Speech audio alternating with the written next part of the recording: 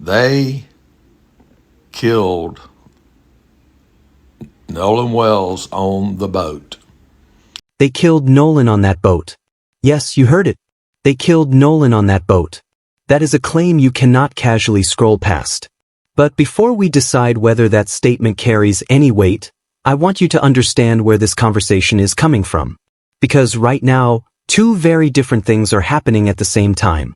Online, creators and communities are rallying around theories about what took place on that water on the 4th of July. Meanwhile, Nolan's family, through their legal team, is quietly and methodically pursuing subpoenas, court filings, GPS records, and original audio recordings that could tell us what actually happened in those missing hours. And that distinction matters deeply, because a claim can travel around the world in minutes. Court documents are a lot harder to argue with. You're watching Cold Crime Central. We follow the evidence, the filings, the timelines, and the recordings, not just the loudest voice on the internet. And if you're here because you want to stay with this case as every new development breaks, subscribe to Cold Crime Central right now. We are not here for one viral moment. We are building a community that is going to see this story through to the end. And before we get into the clips, drop a comment and tell me where you're watching from. City, state, or country. I want to see exactly how far this Nolan Wells watchroom has reached. Pay close attention to what these creators are saying, and watch how the documents are beginning to catch up. Hey y'all, hey, I got this video a couple of days ago and I've been kind of like not really interested to see it, but I finally just said, what the heck, let's listen to what he has to say. So let's listen to him. They killed Nolan Wells on the boat. They covered him up with the life jackets. They all knew he was on the boat. They just laid him on the back of the boat and got towed in part of the way. Then they got their boat running and they got on in. And when they got in, they couldn't figure out where they were going to put him or what they were going to do. So they dropped everybody off. Then they went back out to the island that the GPS doesn't show. But they did, because they disconnected it, okay? And none of them had their phones with them when they went back. So there wasn't any trace of them going back. And they dumped the body. They came back, took the boat out of the water, then went over there at 3 a.m. and washed the boat, thinking washing the boat would get all the DNA and everything off the boat. Now, after you've listened to it, I'm sure that you got the same thing that I have. I don't think that he's describing what happened or like if he had firsthand knowledge of what happened and things of that nature. I think what he is doing is saying that this is what he heard on one of the panel's lives or something of that nature. And he is saying that these content creators, TikTok creators, we are the best investigators out there, and that the police or investigators, or if there are any in this case, should look into the things that we have researched, because he feels that we're spot on. Now, the DA and Warren might have released some stuff on Nolan's birthday, but Miss Christine came back and checkmate on them, because she went and had her attorney subpoena. She subpoenaed Sea Tow Services and Water Marine Services that operates at South Mississippi, because she wants all the data, videos, cameras, anything from the time at 2 to 8 p.m., anything surrounding Nolan being on Horns Island, the protocols, and she also wants the manuals to what if something happens. Like, they want all the shenanigans, all the shebang bang bangs.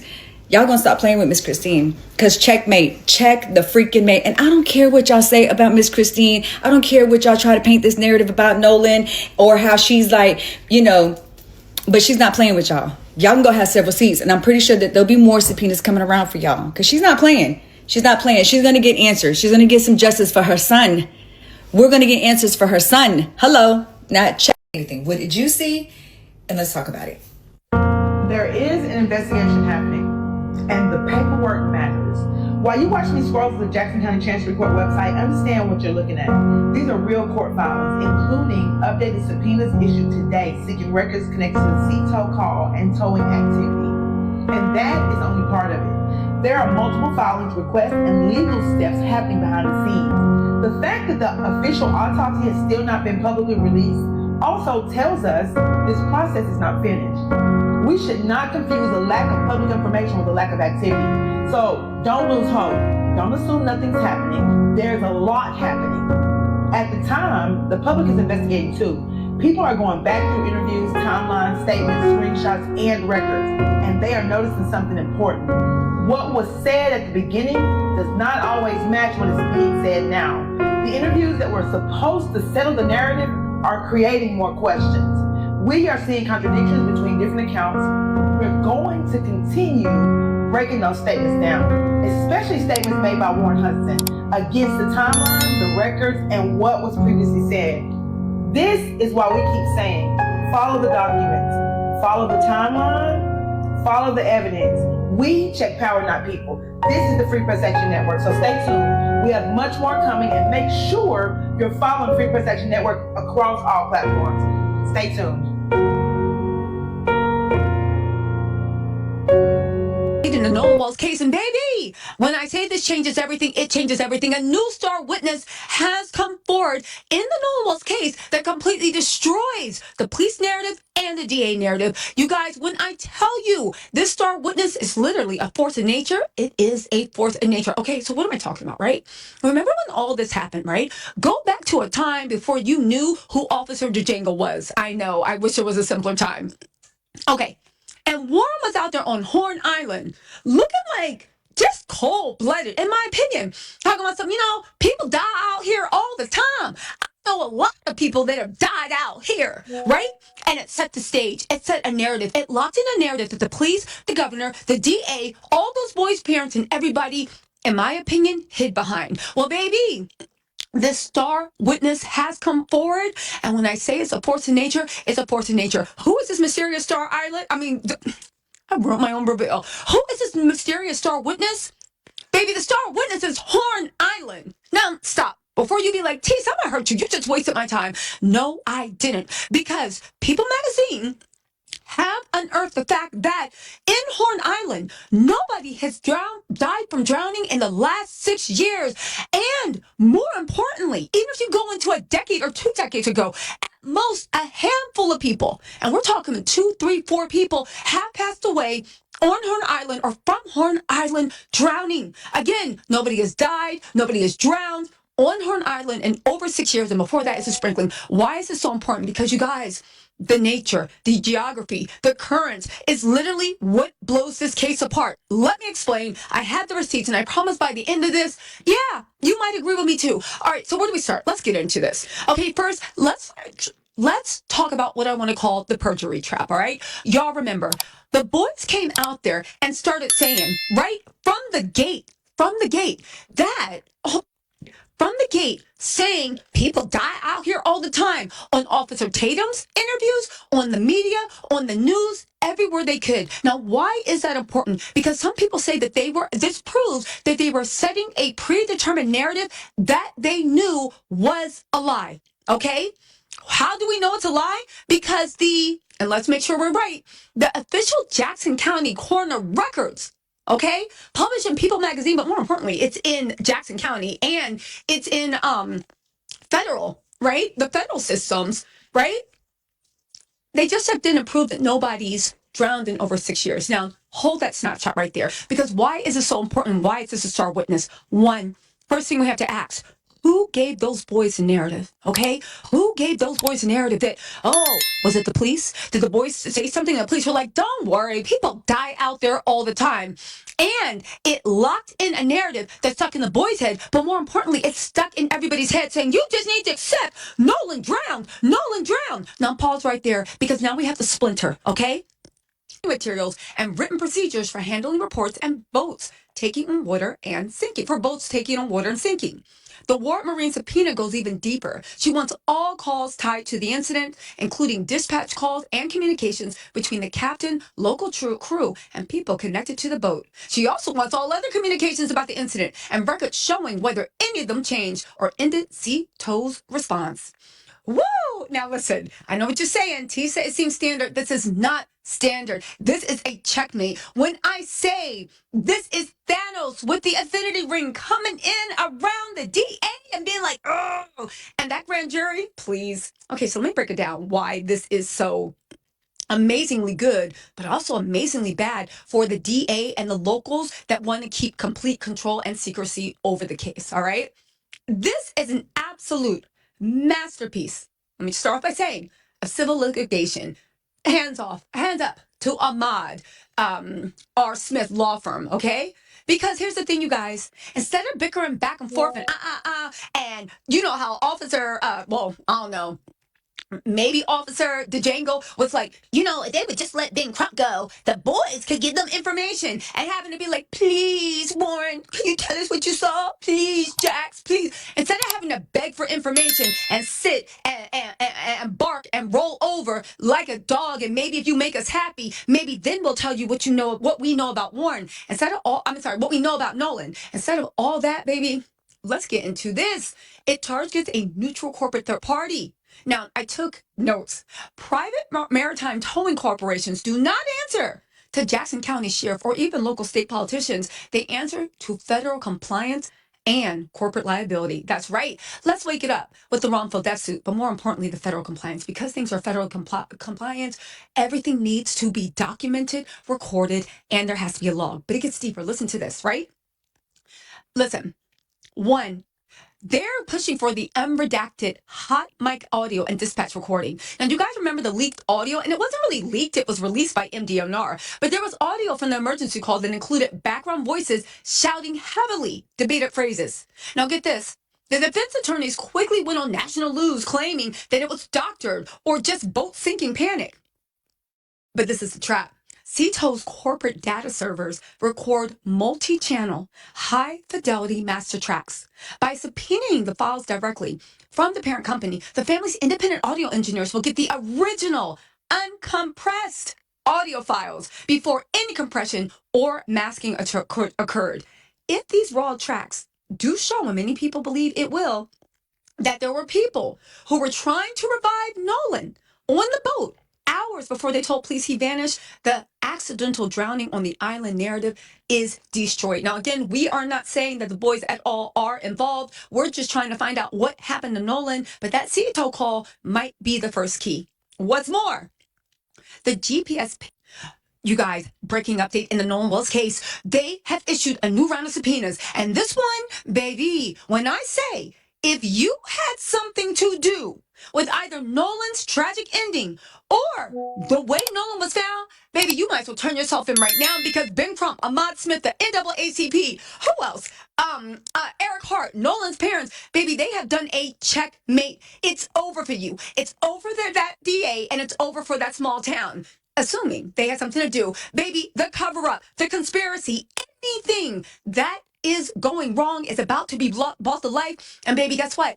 They're not going through the small town politics. They're done begging the DA for anything, okay? They are going to federal compliance. And I know what you're saying, Tisa, it sounds boring, but as I get into this, I'm going to tell you how the cover-up, if there is one, is about to be exposed in full color. And there's nothing the lawyers, there's nothing the DA, there's nothing the governor of Mississippi, there's nothing no one can do to stop it. All right, guys, let's wake this up. So where do we come at it? Well, let's think about it, okay? We do remember when, unfortunately, Nolan had his 19th heavenly birthday. May he rest in peace. And I thought it was a bit of cruelty that the DA put a letter out the night before, Warren released text that made it look like, what? This make you look more, right? And I was like, what are they trying to do? Well, it looks like Nolan's family got up the day after, wiped their tears, and they issued a new round of federal subpoenas. But let me tell you what these subpoenas are, and let me tell you why they are the end game. everything we've been asking, everything we've been wanting, everything we've been curious about, baby.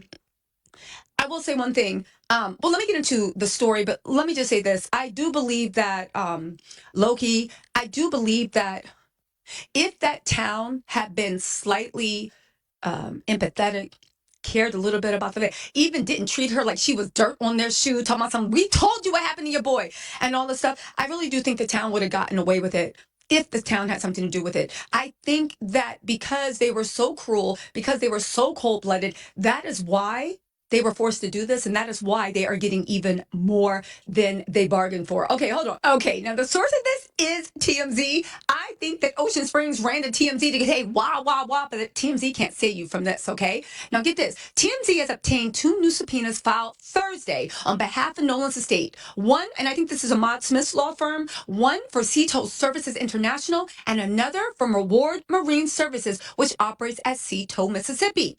For Seatow, she basically wants everything connected to the July 4th incident from 2 p.m. to 8 p.m., including calls, recordings, dispatch records, and documents showing who handled the response. She's also asking for Seatow's training. Secret Service Sam here, and Christine Wamsley is subpoenaing the hell out of them right now. She has filed a series of legal subpoenas targeting social media, technology, and marine service companies to investigate her son's final movements and communications surrounding his death. Now, social media and tech companies, as we know, she filed in Jackson County Chancery Court. The initial subpoenas target Meta, Facebook and Instagram, TikTok, Snap, Snapchat, WhatsApp, and the tracking app Life360 to secure GPS logs, messages, and deleted content. Marine and dispatch records. Additional subpoenas target marine services, including Seatow and Ward Marine, requesting dispatch logs, radio recordings, and communications tied to the July 4th incident. Now, the family's legal team is seeking clarity after reporting discrepancies in location tracking and concerns over wiped or deleted messages from his phone. So in layman's term, thank God we are going to find out what happened on those Seatow logs. We're going to get all the recorded calls. We're going to find out who's on it. I'd like to find out who that park ranger is. Can we subpoena the park ranger? Thank God for the team, the dream team as we're calling them, because now we are going to get some answers that they have not wanted to give us. Secret Service Sam out, Samson for president of the world. Nolan Wells' case just got hot.